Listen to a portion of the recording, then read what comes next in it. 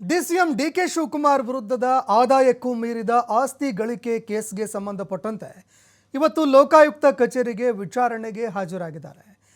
ಲೋಕಾಯುಕ್ತರಿಂದ 2 ಗಂಟೆಗಳ ಕಾಲ DCM DK Shivakumar ಅವರನ್ನು ವಿಚಾರಣೆ ನಡೆಸಲಾಗಿದೆ. ಇನ್ನು ಲೋಕಾಯುಕ್ತ ಅಧಿಕಾರಿಗಳು ಸಮನ್ಸ್ ಕೂಡ ಕೊಟ್ಟಿದ್ರು. ಆದರೆ ನಾನು ಆಲಮಟ್ಟಿಗೆ ಬಾಗಿನಕ್ಕೆ ಅರ್ಪಣೆ ಮಾಡೋದಕ್ಕೆ ಅಂತ ಹೋಗಿರೋದ್ರಿಂದ ವಿಚಾರಣೆಗೆ ಬರೋದಕ್ಕೆ ಆಗಿರಲಿಲ್ಲ. ಇನ್ನು 2-3 ಗಂಟೆಗಳ ಕಾಲ ನನ್ನನ್ನು ವಿಚಾರಣೆ ಮಾಡಿದ್ರು. ಹಲವಾರು ಪ್ರಶ್ನೆಗಳನ್ನು ಕೂಡ ಕೇಳಿದ್ರು. ಆ ಪ್ರಶ್ನೆಗಳಿಗೆ ನಾನು ಉತ್ತರ ಕೊಟ್ಟಿದ್ದೀನಿ. ಇನ್ನು ಇದಕ್ಕೆ ಸಂಬಂಧಪಟ್ಟಂತೆ ಕೆಲವು ದಾಖಲೆಗಳನ್ನು ನೀಡುವಂತೆ ಕೂಡ ಲೋಕಾಯುಕ್ತ ಅಧಿಕಾರಿಗಳು ಕೇಳಿದ್ದಾರೆ. ಲೋಕಾಯುಕ್ತ ಪೊಲೀಸರಿಗಿಂತ ಸಿಬಿಐ ಅಧಿಕಾರಿಗಳೇ ಪರವಾಗಿಲ್ಲ, ಏನೇನೋ ಪ್ರಶ್ನೆಗಳನ್ನು ಕೇಳಿ ಹಿಂಸೆ ಕೊಡ್ತಾ ಇದ್ದಾರೆ ಅಂತ ಡಿಸಿಎಂ ಡಿಕೆ ಶಿವಕುಮಾರ್ ವಿಚಾರಣೆ ಬಳಿಕ ಹೇಳಿಕೆ ಕೊಟ್ಟಿದ್ದಾರೆ.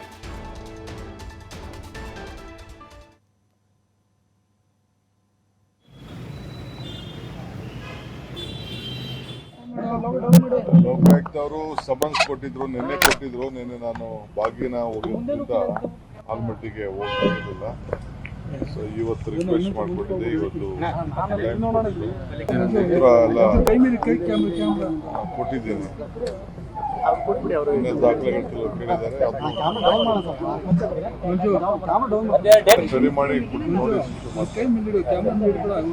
ಒಂದೇನಪ್ಪ ಅಂದ್ರೆ ಇವ್ರಿಗಿಂತ ಸಿಬಿಐ ಪರವಾಗಿಲ್ಲ. ಇವರು ಅಷ್ಟೊಂದು ಪ್ರಶ್ನೆಗಳು ಬೇರೆ ಬೇರೆ ವಿಚಿತ್ರ ಕೇಳ್ತಾರೆ. ಸಿಬಿಐನವರಿಂದ ನನಗೇನು ಕೇಳಿಲ್ಲ, ಒಂದಿನೂ ಕರೀಲಿಲ್ಲ. ಇವರು ಆಲೇ ಕರೆದು ಬೇರೆ ಹಿಂಸೆ. ಲೋಕಾಯುಕ್ತವರು ಸಮನ್ಸ್ ಕೊಟ್ಟಿದ್ರು, ನಿನ್ನೆ ನಾನು ಬಾಗಿನ ಹೋಗೋದ್ರಿಂದ ಆಲ್ಮಟ್ಟಿಗೆ ಹೋಗಲಿಲ್ಲ.